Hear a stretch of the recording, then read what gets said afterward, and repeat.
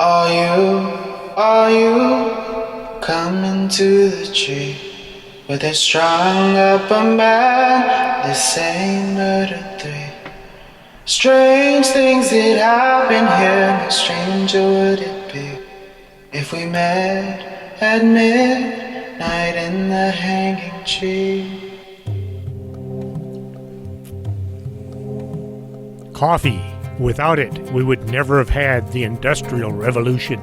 We'd all be still living in Europe in mud huts. Here in Laredo, we have the Organic Man Coffee Trike. 4501 McPherson, the best coffee on the planet.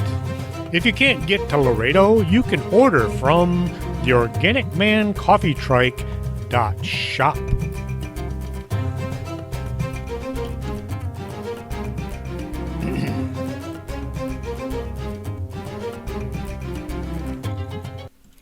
Welcome to correction. I knew I was going to do that. Welcome to Story Time with Chris James. This is going to be take 2. Something went wrong with take number 1. I don't know what it is, and hopefully this one will work. I'm going to jump straight into the story. So here we go. Chapter 1, The Hunt. It was hot. Not hot like when you open the oven door and shove your head in to see if the cookies are done. It was hot like when you wish the outsides were air-conditioned. The Squatch seekers had been walking around through the woods doing all the things you do to hunt for large hair-covered creatures. Well, they were doing all the things that they saw other people do that were hunting Sasquatch on TV. They pounded on trees and they pounded on a lot of trees, and they had beat on so many trees that the woodpeckers were contemplating a class action suit against the Sasquatch seekers for copyright infringement. The Sasquatch seekers also did call blasting. They had a megaphone hooked up to a recorder playing what had been reported to be a Bigfoot howling. What they actually had was the sound of a bull alligator yelling for a date. If you've never heard a bull alligator yelling for a date, it sounds something like a very large man belching very loudly. The dozen or so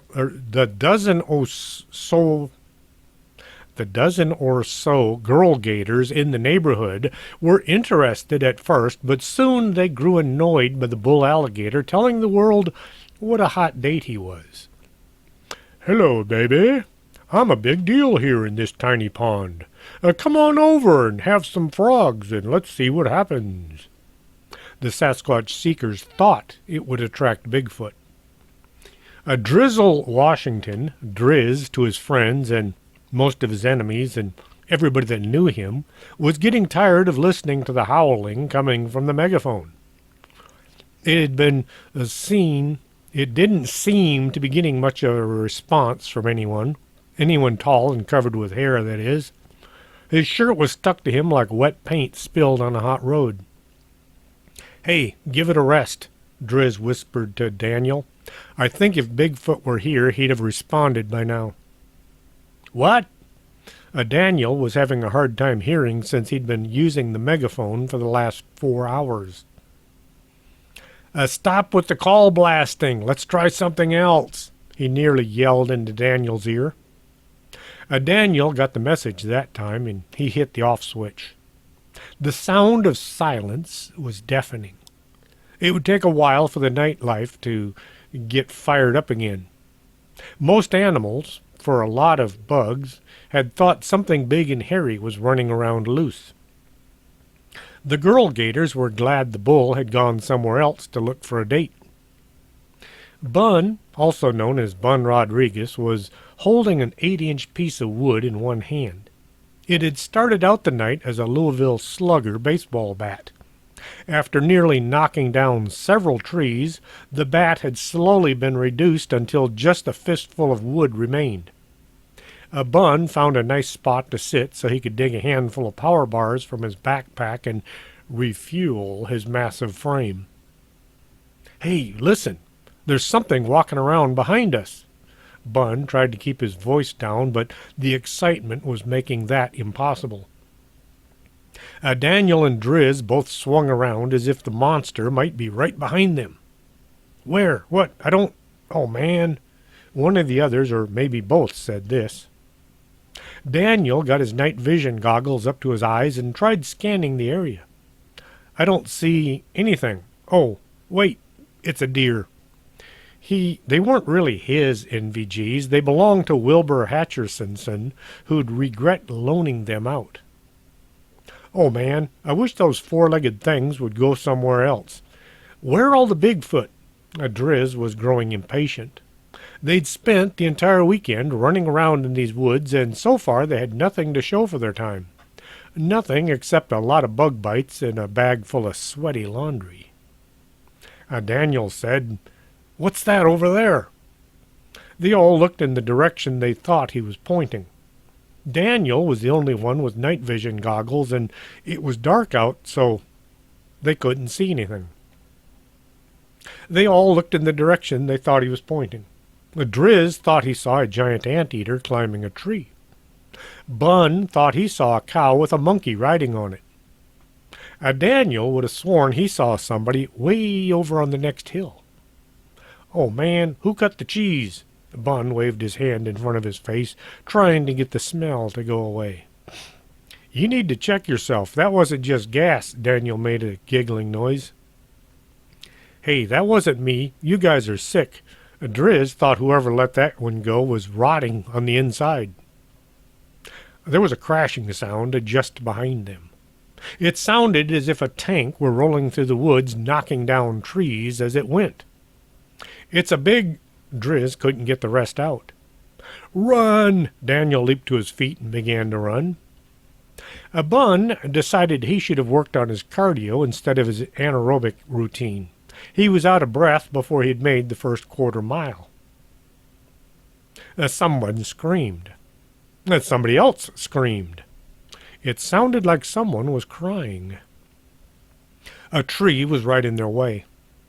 Not being able to see each other, let alone the tree, each of them took a turn, hitting the tree and then managing to stagger around it without letting go of the trunk. They went along one behind the other. They ran through the dark woods, which seemed to be twice as dark as just a moment ago. The trees were all huge. They didn't look the same as the last time they were here. Ever so often one of them would manage to fall, usually coming up with a mouthful of either dirt or leaves, depending on where they landed. The three had all run in the opposite direction of the noise. That was the only reason they all wound up running to the same spot. A huge pit, half full of rainwater. They went splash, splash, splash. Bun was a bit behind the others. Chapter 2. The Receptionist. Pam Bogus awoke staring at the space under the stove. She considered trying to reclaim the dream she had been having where everything was going the way she thought it should. She had a brand new, well, new to her, pickup, and she was driving through the countryside. Bigfoot was sitting next to her on the passenger seat. Then something had drug her back into the world she knew as her own. It had been a sound, but what sound? Pam rolled over onto her back and came face to face with a face. She screamed, and then her vision cleared. The face belonged to Sarah. "Oh, sorry, you startled me." "Are you awake?" Sarah stood over Pam. She was wearing one of Pam's robes, which hung to the floor. It not so much covered her as engulfed her. "I'm awake now." Pam checked her watch. "I need to get up anyway. I need to go to work." Pam tried to sit up. When this was a non-starter, she was forced to roll onto her side. Managing to get her legs under her body, Pam grabbed a conveniently located handle to pull herself to the upright position. Well, that was the plan. The convenient handle belonged to the stove, and the door came open and down right on top of her head. It did help get Pam fully awake. Getting to her feet, the bedding pulled around her legs. Paula Bogus had created this nest right next to the stove to help thaw Pam out after she had been nearly frozen to death while battling the Arctic spirit. This was the same spirit that had caused the mini ice age that had engulfed the central part of town. This was the mini ice age that had led to Sarah, her mother, and her sister now living in Pam's bedroom. When Pam had finally managed to fight her way home, aided by the goat in charge of lawn management, she found the house filled with neighbors who had been forced to seek shelter in the only house still in livable condition. It had been a mid-July snowstorm. Pam went in search of toothbrushings and hair combings, and Sarah stuck close in order to fill Pam in on everything she had missed by being stuck at work. It snowed all day. There were people here I didn't know. The lights went out. The wolf meat was kind of chewy. I read all your books. Sandy hogs the bed.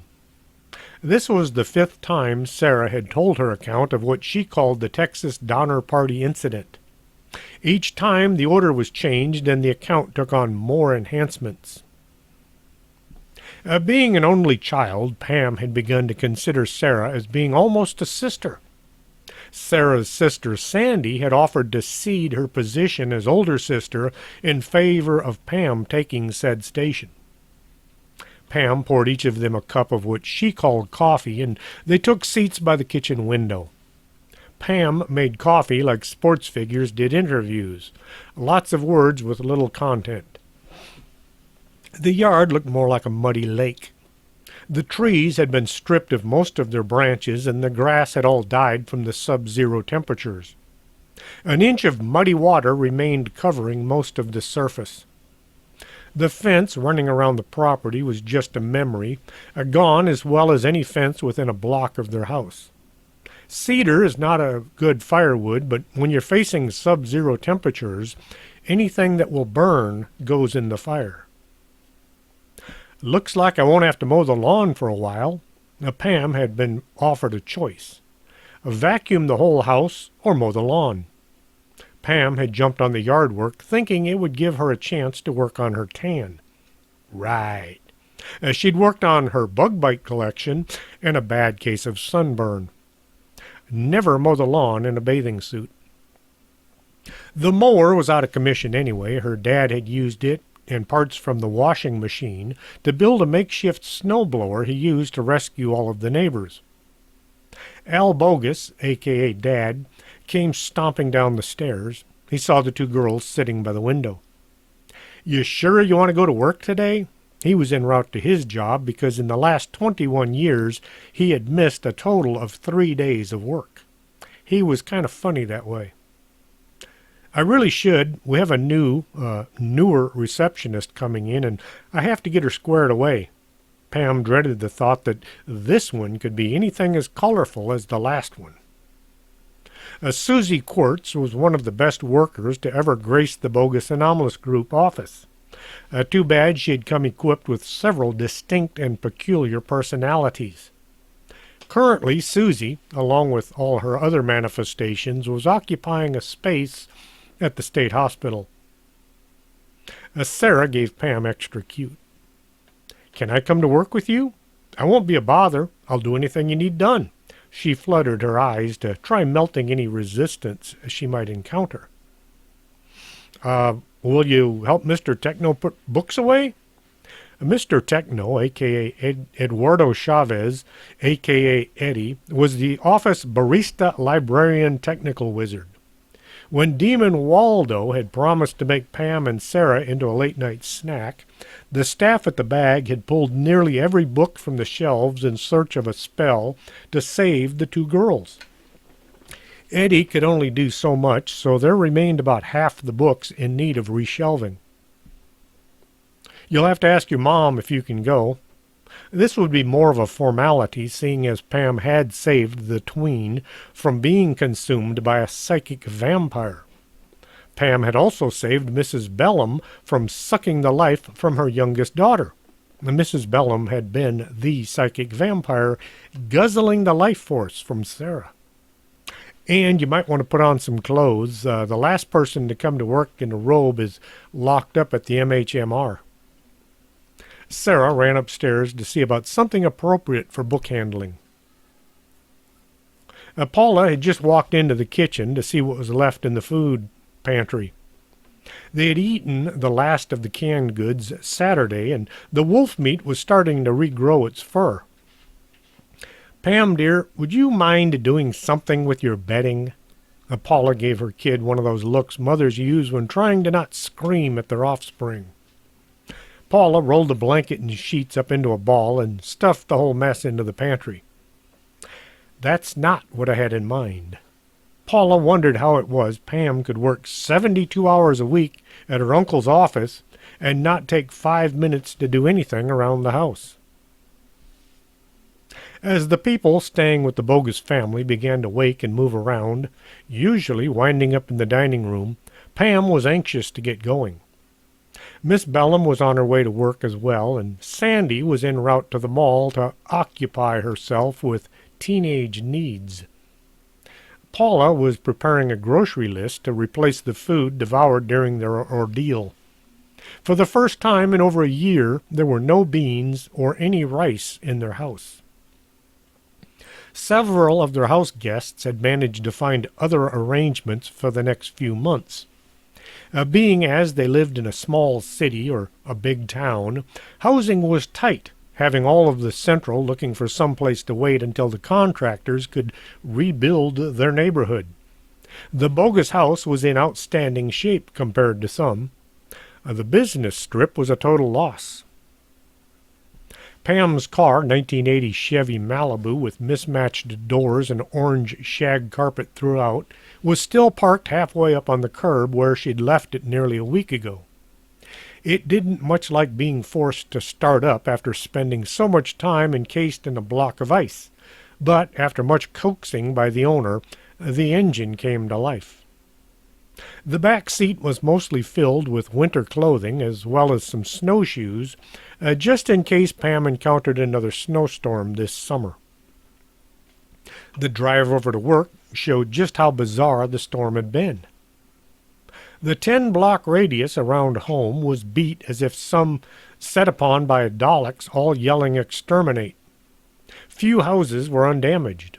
The streets were all running with meltwater from the over 8 feet of snow that was piled up just 4 days ago. Pam, along with her family and co-workers, were among the few who knew what had caused this anomaly. Just outside the radius, things looked normal. It had snowed all over town, but nothing like the area around the antique store caused by Mr. Bandolerium opening that cursed case. The Bogus anomalous mansion looked like it had been through a storm as well, but it always looked that way. The old 3-story mansion had been built way back in a time people spent money on edifices to show their neighbors just how much money you could spend on a house. Some of the windows on the 2nd and 3rd floor had been replaced along with the brickwork around them. It was just a shame the contractor couldn't find any brick anywhere near the same color. There was a cement truck parked next to one of the windows giving access to the basement. Pam had arranged to turn the basement into more office space and storage space for things that had to be stored like records and old office furniture and things. The giant worm was now fertilizer helping the weeds grow along the dirt parking lot. The cement truck had accidentally touched the side of the mansion, thus causing the engine to seize up. The company was trying to get a wrecker to come drag the beast back to their yard. If you're wondering what all this is about, you should go try reading The BAG Company and The BAG Company Here We Go Again. Answers will be found. Pam pulled into the dirt out front of the old building. The parking lot had been a front yard back in the time people had giant houses with giant lawns with giant armies of workers to keep said yards in step. Let's go see what Mr. Techno has for breakfast. Pam was hungry enough to consider one of Eddie's sandwiches as being attractive. Sarah gave Pam a look. Has he stopped using horseradish on everything instead of mayonnaise? Sarah made the universal gagging motion with her mouth. Mostly. Pam had considered stopping at the Whataburger on the way here, but really wanted a new car. Every penny helped, so she would suck it up and not spend anything she didn't absolutely have to. Ever since her folks had attended a Dave Ramsey Financial Peace University, Pam had found her life had changed. Whereas once she would have gone shopping with her mom's credit card, buying the latest and greatest new trend, now shopping was more like only get what you need and pay cash. Act your wage. Pam had to use her ATM card, and she was responsible for keeping the account balanced. Climbing the front steps, Pam saw the Civil War soldiers were getting ready for something. Howdy, boys. They preferred she called them boys instead of men. You're looking sharp today. Is something special going on? Lieutenant Brambleberry tipped his hat and said, "We are on our way to attend the United States Coast Guard Guard Day, being held at the National Guard Armory." I see, but as usual, Pam didn't. The lieutenant continued, "We have discovered in our travels about this charming town that there are several Coast Guard men who are buried in the new cemetery, as opposed to the old cemetery where the Civil War soldiers were all interred. We shall be there to show our camaraderie in death. They will be remembered." "Well, y'all have fun then," and Pam pushed the front door open and went in. The front door used to stick partway open, and now it just swung freely in a breeze. Sarah looked at the porch in hopes of seeing the ghosts. She tried squinting her eyes, and then she tried turning her head from side to side. When she couldn't catch not even the slightest glimmer of paranormalness, she just said, "Yes, I hope you have a great day." She just tried to add what she'd heard Pam say. The lieutenant gave the young girl a deep bow. They both remembered to drop their cell phones off by the front door. Pam, because she saw the big sign she had placed there to remind people to not bring any electronic devices into the office if they wished to avoid any catastrophic demise of their technological toys. Sarah just remembered to be careful. It might have something to do with all the paranormal energy floating about inside the building, or it might have to do with some of the magic books collected over the years. Books held a lot of power if used correctly, or incorrectly for that matter. Pam took a stool at the bar and surveyed the day's offerings. "What is that thing with the umbrella stuck through it?" She pointed to an odd-looking sandwich in the glass display case. "That would be my jalapeno anchovy and Swiss on whole wheat." Eddie thought it sounded much worse once he said it out loud. And the one beside it?" Pam was hungry, but not that hungry. "Mashed beans with lettuce." Eddie had an overpowering feeling he was doing something wrong in the sandwich department. The round thing. Bacon on a rice cake. I added a touch of tomato and a slice of raw potato." He'd seen something like this on TV last week. "I'll take 2 then." Pam figured she could slip the potato out when Eddie wasn't looking. She grabbed the 2 sandwiches and retired to the far corner to sit and eat. Sarah got one and immediately began chomping on it. Pam saw Hilda come in and turned to Eddie. Eddie got a surprised look on his face. After a brief conversation, Eddie pointed to Pam, sitting in the corner, and Hilda began making her way over. Pam thought it odd that Hilda was dressed so plain. She had on a jacket over a T-shirt with a saying on it. The saying said, "I've used up all my sick leave, so I'm calling in dead," emblazoned across the front. Her jeans were old and faded, and she had on a pair of running shoes. Hilda always dressed in super long or super short skirts and T-shirts that belonged on much smaller women. She had a propensity for platform shoes to give herself a good 4 to 6 inches in added height, and she fell down a lot. "Morning, Hilda." Pam offered a chair next to her. "Are you Mrs. Bogus? My name is Hildy, Hilda's sister." The young woman took the preferred seat. Aside from the clothing, she was an exact match for her sister. "Hilda told me you were looking for somebody to answer the phone. I guess I could do that." She sounded less than enthusiastic. Pam needed to fill the position, and she didn't have anybody else even slightly interested. "Do you have any extrasensory abilities?" "Nah, I leave all that psychic junk to my sister. She's the weird one in our family." Pam plowed on, bound and determined to hire this woman regardless of her attitude. "Does it bother you to work in a building that's haunted by a bunch of ghosts?" "Is payday Friday? If so, I'll take the job." Hildy was going to be hard to get used to. "Sarah, you want to hang out here while I give Hildy the grand tour?" Sarah was having none of that. "I'll just tag along and watch. I never did get to see all the offices." Hildy looked at the tween. "Don't tell me she works here, too. I really don't much like kids." Sarah responded before Pam could say anything. She stuck her tongue out and went, "Pfft." "No, she doesn't work here, but she comes by just about every day." Pam didn't know how to defend anyone, including herself. "So I don't have to be nice to her?" Hildy was beginning to grow on Pam like an abscess. Pam wanted to get on with it. "So let's go meet the rest of the staff." Sarah fell in behind them, intent on observing Hildy taking a fall like her sister was prone to do every few minutes. "Here on the ground floor we have 3 offices. Well, 2 are offices and 1 is a dining room, and we intend to use it as an office as soon as I can figure out who should get it." Pam pointed out her office at the end of the hall, as well as Cassandra Blavatsky's office around the corner by the kitchen. Cassandra was an energy healer who dressed in blue from head to foot. This had earned her the nickname the Blue Healer, but only for a day or two.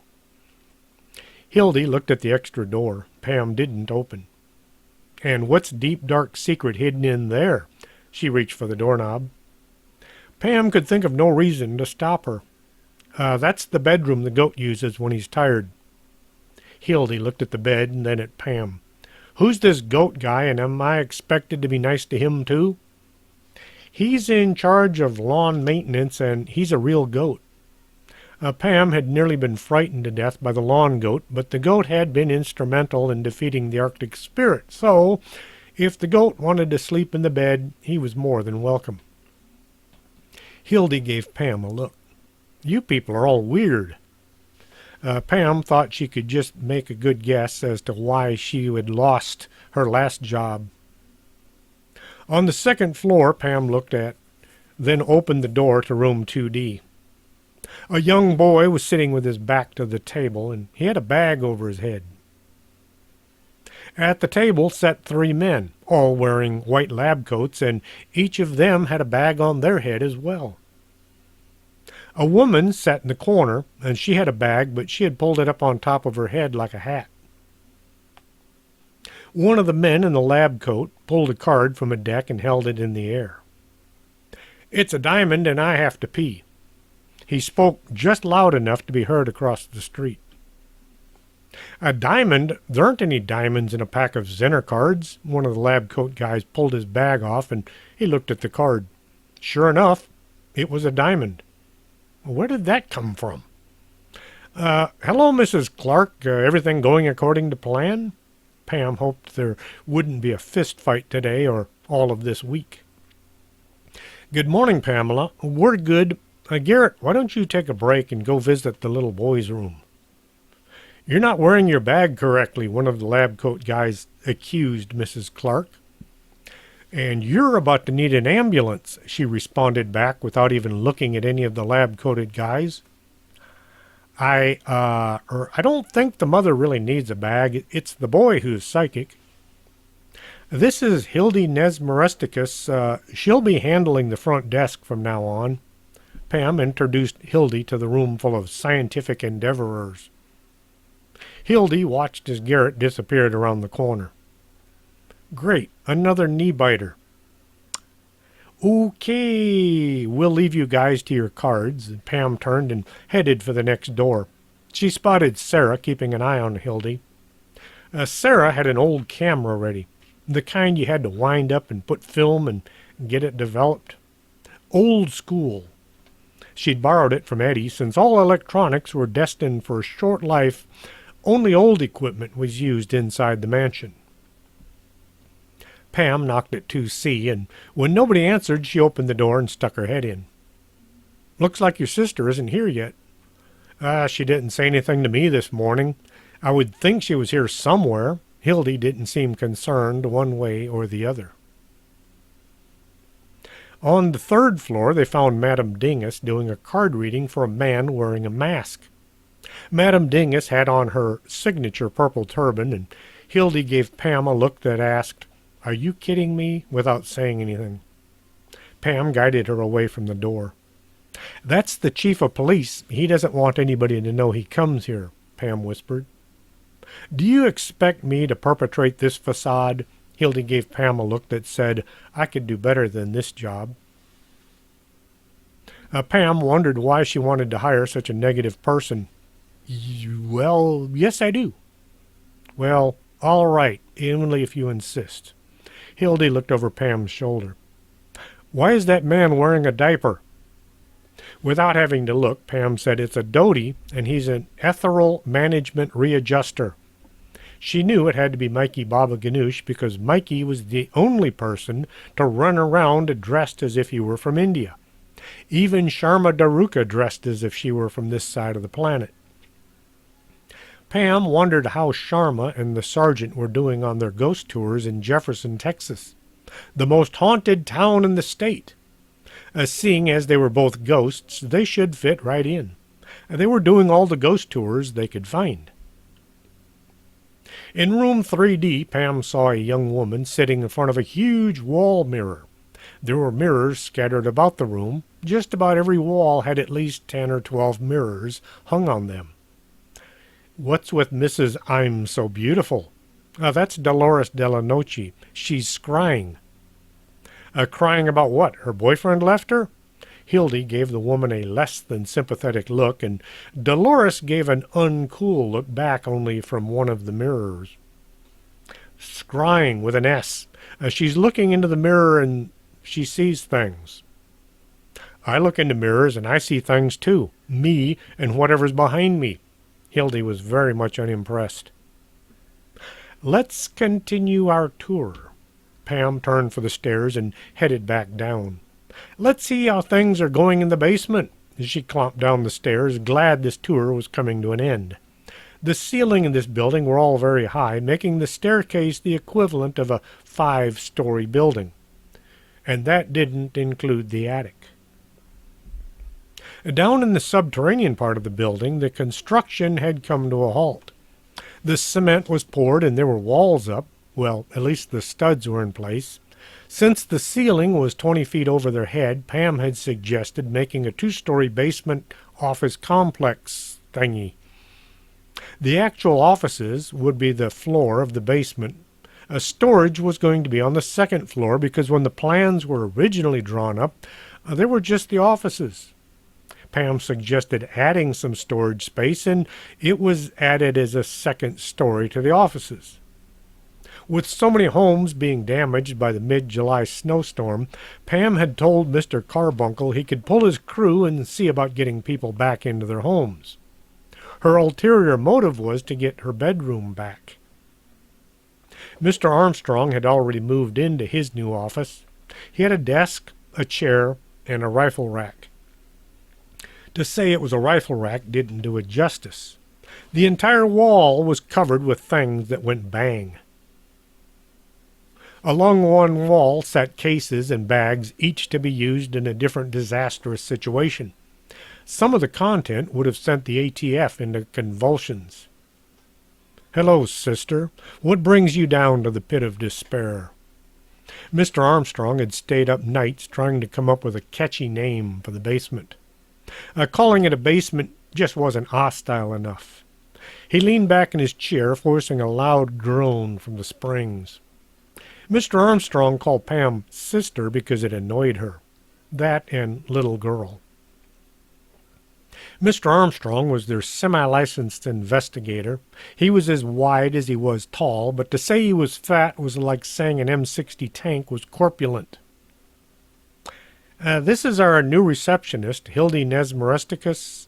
Hildy, this is Mr. Armstrong. He's our semi-licensed investigator. Why semi-licensed? Couldn't pass the test?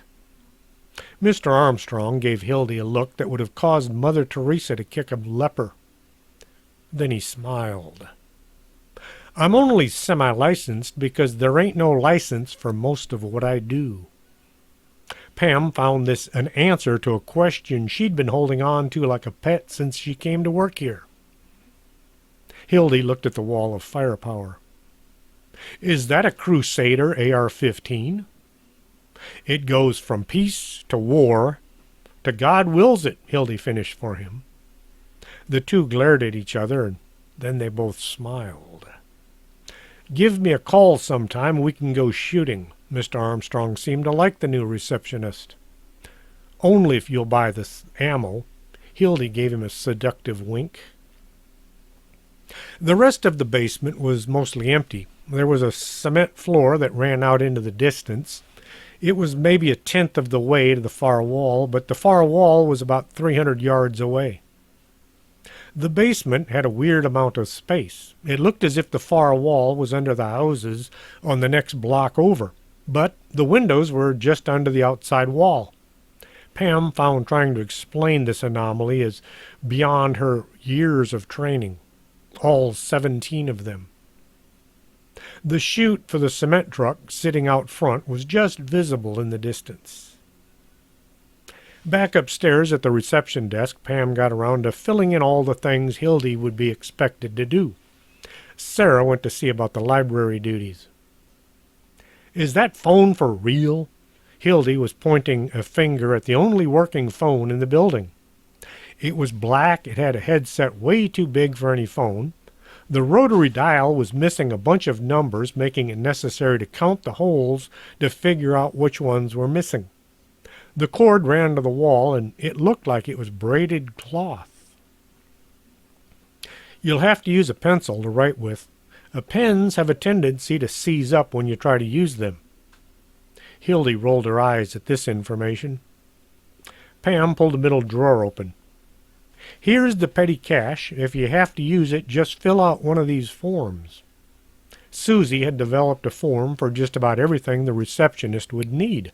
There was even a form for good and bad ideas. Hildy pulled her desk chair out and found an enormous cat lying on his back, all four paws in the air. She scooped him up, sat in her chair, and then draped the cat across her lap. The prince let out a purring sound that vibrated the two pencils in the pen holder. Prince Guapo de Cuerpo was the house cat. He felt the mansion was his since he actually lived here and everybody else was just visiting. He had passed on his request for an elevator so he could get to the third floor without having to climb those horrible steps.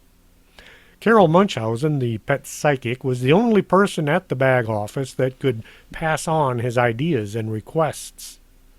The elevator was built into the wall by the first step of those horrible steps. If you need anything or have questions, I'll be in my office. Pam pointed to the door at the end of the hall. Sitting at her desk, Pam got busy doing the only thing she could here at the end of the hall. She pulled a book out and started thumbing through it, boning up on things that go bump in the night. There was a knock at the door. Hildy looked in at Pam. There's some guy here to see you. She turned and left. Pam looked at the open door and was about to go see who was there when a man walked in. The man was thin and wiry looking. His shirt looked new and his pants looked presentable. He looked around the room and then stuck out his hand. Bill Palmerhausen, I found you guys in the newspapers and thought I'd come by and see if you were hiring. Pam was always looking for new talent, and now that the basement was coming along, or would be coming along someday soon, they would have room to grow. Mr. Palmerhausen, what is it you do? I find things. Pam was intrigued. Maybe he was one of those guys you saw on TV tracking down missing people and finding lost treasure. What sort of things can you find? The man took a moment to think. You know, things people have lost, like your car keys or the remote. I get a lot of calls for missing remotes. He fidgeted with his shirt. I found a man's car one time. He parked in one of those underground parking ramps, and he couldn't remember which level he was on. Once Ray Bogus, a.k.a. Uncle Ray, had promoted Pam from receptionist to investigator, as she had time on her hands and little to do with it. As she'd gotten busy fixing up some of the rooms that had been damaged either by unexpected consequences of a customer's reaction to one of the staff or just plain wear and tear. Pam had also tried running a few ads in local paper, one for new customers and one for staff. Mr. Palmerhausen was the first to respond to the staff ad. Pam had no idea what to ask, and then she remembered one of the many forms Susie had come up with. You could say Susie had done the work of several people, maybe 5 or 6, depending on which personality was running things that day. Pam opened her desk drawer and rummaged through some papers and pulled out a form with "New folks wishing to join" written across the top. There were a lot of questions. Pam started on number 1. So why do you think the Bogus Anomalous group can use your talent? I get calls all the time from people wanting me to locate some missing item for them. Bill squirmed around a bit. What do you think you'll get from joining the group? Well, I get phone calls at all hours of the day and night. And I get woke up at 3 in the morning being asked to find a missing sock. I was hoping you guys could kind of sort out some of the junk. Will you be requiring office space? Pam was impressed by the questions Susie had come up with. I've never had my own office before. It would be kind of nice. Bill tried adjusting his seat. Why did you kill John F. Kennedy? The question was out before Pam's brain had a chance to understand it. I had nothing to do with it.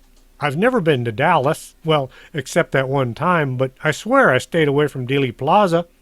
I wasn't even born yet. Bill looked as if he wanted to run for the door. My cats are tearing up the office. Oh, sorry about that one. Let me just... Pam got her pencil and ran a line through the question. I think we have enough here. How do you like basements? Pam felt good about increasing the variety of psychic abilities for the office. Pam got to wondering whatever happened to the great Manfred. It wasn't long before Hilda was back with another person interested in making the BAG Mansion their place of business. Calinda Jefferson, the woman held out her hand. Pam dug down into her desk and looking for one of the employment applications Susie had generated just before her untimely apprehension. Instead, Pam pulled a work order from the bottom of her desk. Your name? Pam looked at the woman sitting in front of her. Calinda, how do you spell that? Pam penciled in the name. What kind of work do you do? I'm a teacher. I'm trying to teach spirits how to use modern technology. Pam just stared. Modern technology? Yes, you see, way back when there were no phones or recorders, if you wanted to speak to a ghost, you had to go to a seance. Someone had to tell the ghost to rap on the table or bang on the wall. Spirits had few means of communicating from beyond the grave. Okay, I'm with you so far. Pam was hoping this wouldn't turn out to be some kind of a sales pitch for a business trying to market some new electronic gizmo.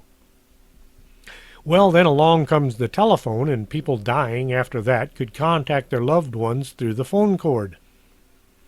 Pam had been taking notes, but now she was drawing a picture of a dinosaur eating a salesperson. The salesperson kind of looked like Miss Jefferson. People passing away today will have the knowledge to communicate by using a smartphone or a computer, Calinda looked at Pam with a nice, friendly smile. And this brings you to us for the purpose of... Pam was ready with a dozen reasons to not buy any more gadgets. The storage building was full of these latest and greatest things, and most were still in the box. I need a place to ply my trade. Oh, you want to work here? Pam was so surprised she almost handed the drawing of the salesperson-eating monster to Calinda. Yes, I need a room, maybe with a table or two for the spirits to use for taking notes, and an overhead projector. Do you know about the weird effect on electronics here inside the BAG mansion? No. Calinda had a surprised look on her face. You didn't bring your phone in here, did you? No, I saw the sign by the front door and I left my cell on the shelf. This sign was more of a reminder for Pam than for the customers. I thought it was some kind of a security thing. Electronic devices last about 10 seconds past the front door. Then things happen that will drive you nuts. Pam tried to look friendly. You mean I can't use my laptop or overhead projector? How about a flip chart? You mean like old-time school teaching? Calinda looked around the room as if looking for a way out. That sounds great. How soon can I start? Now, Pam wasn't expecting that. Well, as soon as you can get set up. Now all Pam had to do was figure out where to set up a modern technology class for the dead using old-school technology. Hilda had few questions. How many questions could you come up with answering the phone and taking messages? Pam found her day was dragging on as if suspended in time. She checked her watch to be sure it was still ticking. The second hand was taking all of 2 minutes to complete one circuit. Well, that's how it looked since Pam had nothing to compare it with. Time for some coffee. Pam walked out her door and down the short hall. Hilda was sitting, leaned back in her chair. Her feet were propped up on the corner of her desk. She looked to be sound asleep. As Pam was quietly slipping past the receptionist's desk, the phone rang. Without opening an eye, Hilda reached out and snatched up the handset. "BAG Company, what do you want?" Pam thought she should talk to Hilda about how to answer the phone. Once at the coffee bar, Pam ordered her usual. "What do you think of the new receptionist?" More as a way of starting a conversation than a question. Eddie thought about it. Well, she's definitely nothing like her sister. Sarah came whisking by with an armload of books. For her, this was two. I think her and her sister are psychically linked. I wonder which one is the evil twin.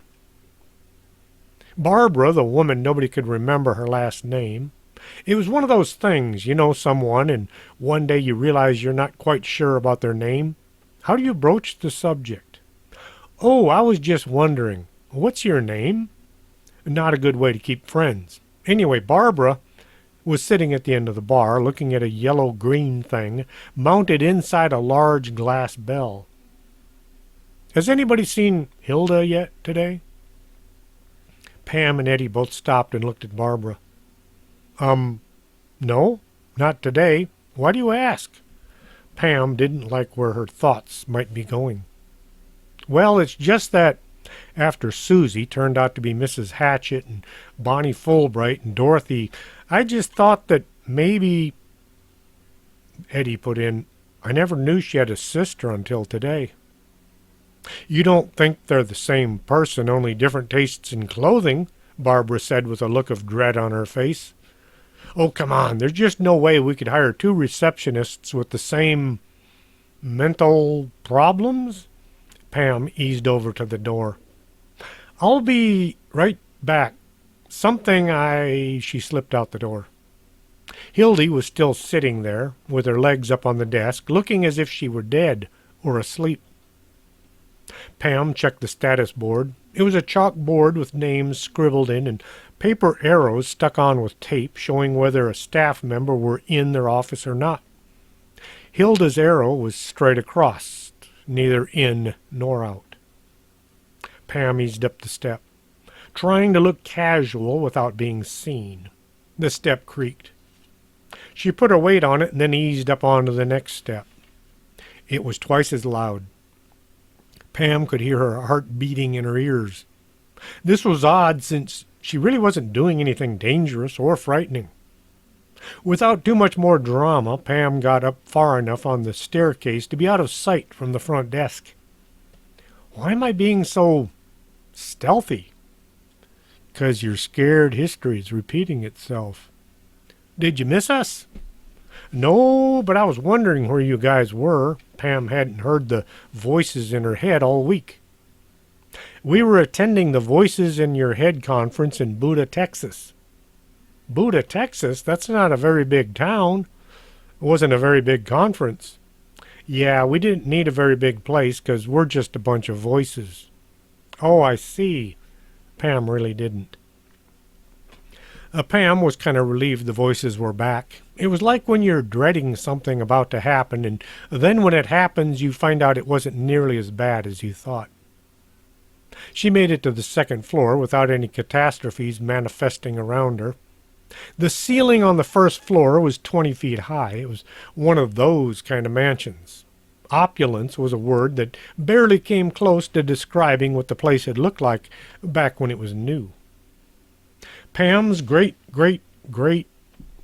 maybe another great or two grandmother had lived in the attic because her folks were just a whole lot embarrassed by her behavior. She was locked away out of public view to save the family's reputation. When you have that kind of money it took to build such a magnificent demonstration of wealth, you could get away with that kind of behavior.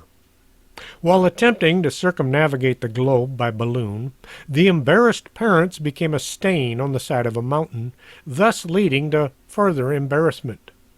Now, as ghosts, they spent their days wandering about the side of the mountain, trying to find someone willing to take their ghost money as payment for a new edifice of wealth. Once she was no longer bound by her parents' rules, Beatrice Sham suddenly became the wealthiest woman in northeast part of Texas. She found spending money on books and research far better than wasting it on things like building maintenance or upkeep. Over the years, she met a man named Mock, who was into paranormal things too. They complemented each other, her being a psychic and him being into psychics, and they built a library of books from all over the world. They surrounded themselves with like-minded people, and thus the Mock Anomalous Group was formed, a.k.a. the MAG. As time wandered on, as it tends to do despite our best efforts, the energy accumulated inside the very walls of the mansion. On more than one occasion, the roof would be seen to glow at night.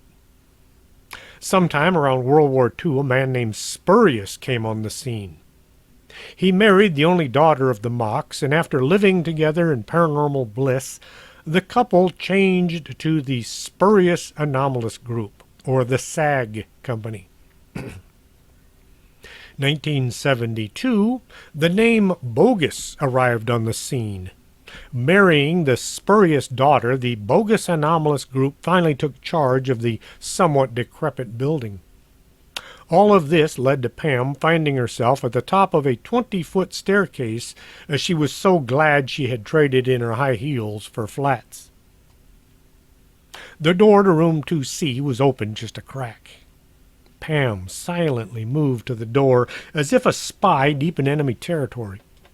She listened for sounds of life on the other side of the door. It was quiet, as if the room itself were holding its breath. Pam got one eye right up to the crack and surveyed the interior. The room was a general-purpose chamber. There was a desk, a few mismatched chairs, and a massage table used by energy healers. Pam pushed the door open so she could see the entire room. Hilda's purse sat in one of the chairs like a small child waiting for its mother to return. There were several half-empty coffee cups scattered about the room, but Hilda was nowhere to be seen. The purse drew Pam to it like a magnet pulling a hunk of steel. Not that Pam had much in common with steel other than being pulled by a magnet. It sat there as if calling her name. Pam, come look at me and see what secrets I hold. Pam looked over her shoulder as if she were involved in something she might be mortified to be caught doing. Just what do you think you're doing? This is someone else's property. How would you feel if your purse were being rummaged through like a bin at a local discount store? I just want to know who I've hired this week. Pam was finding of all the voices inside her head, the one she considered her conscience was the most annoying. Ray was the actual boss, but Pam felt responsible for the last 3 to 7 people who'd wind up working here. Susie kind of amounted to a group all by herself. Pam carefully slid one hand down into the gaping mouth of the handbag, feeling for the wallet that should be there somewhere near the bottom. She really only wanted to have a peek, just the slightest tiny scrutiny of the driver's license. It's not like she was going to take the money or use the lipstick, just a glance at the name on the license, so Pam would know for a fact that Hilda and Hildy were in fact not the same person. Maybe you should make that a requirement before putting anybody else on the payroll. I'll make a note of it. Pam ran her hand around, trying to locate the pocketbook that, by all rights, Hilda should have to hold all of the things like her credit cards that Pam didn't have, and her license. Hey, Pam, what's up? Hilda came clomping into the room, her platform shoes making enough noise to wake a 7-year locust after only 5 years. Pam was more concerned why she didn't hear Hilda approach than being caught in flagrante delicto, as it were, red-handed, well, right-handed inside the purse. Pam spun around trying to act natural, as if nothing in the way of theft or license searching were going on. Oh, hi there, Hilda. I was just wondering. Yes, what were you wondering? She was wondering if you were some kind of psychotic dingwhopper masquerading as your own sister. Oh, she can't say that. She might be right, though. I was wondering if you knew what this was. Pam held up her hand and displayed a set of keys. Who these were, belonging to, that is.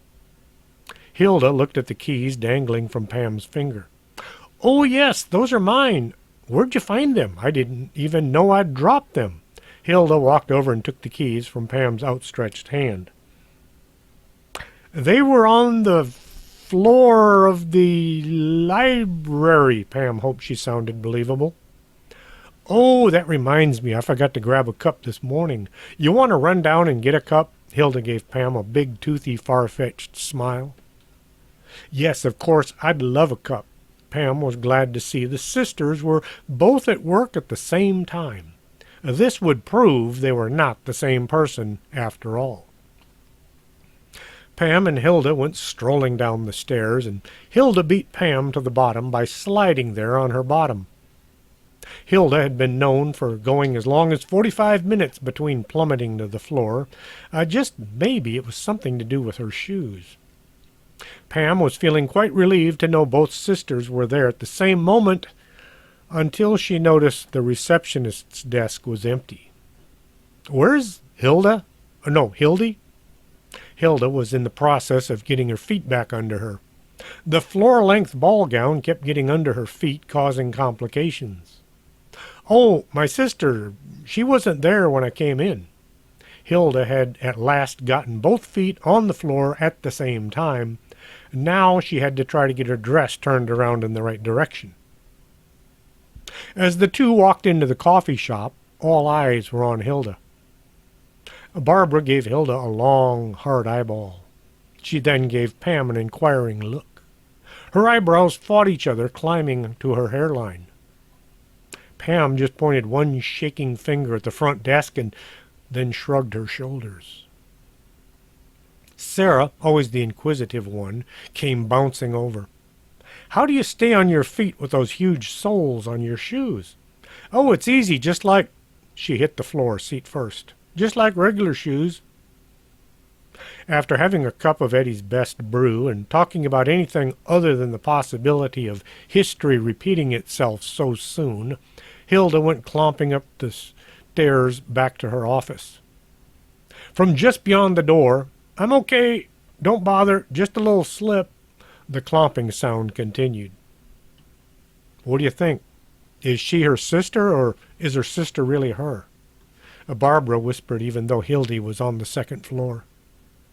Eddie let go a devilish laugh. That would be just too weird. He got busy wiping down the coffee bar.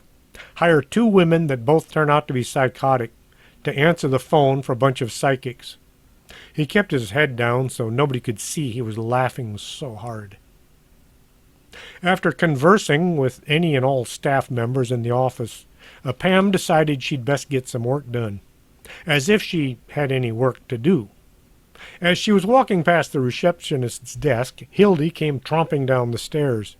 She was dressed as if she'd always been: t-shirt, jeans, running shoes. Pam tried not to stare, trying to see any sign of makeup or anything that might give away her dark secrets. And with that, I'm going to take a break. Be sure to tune in the next episode of the BAG Co Go Squatching. Let me push the right button. Are you coming to the tree where they strung up a man? They say murder 3. Strange things that happen here, no stranger would it be if we met at midnight in the hanging tree.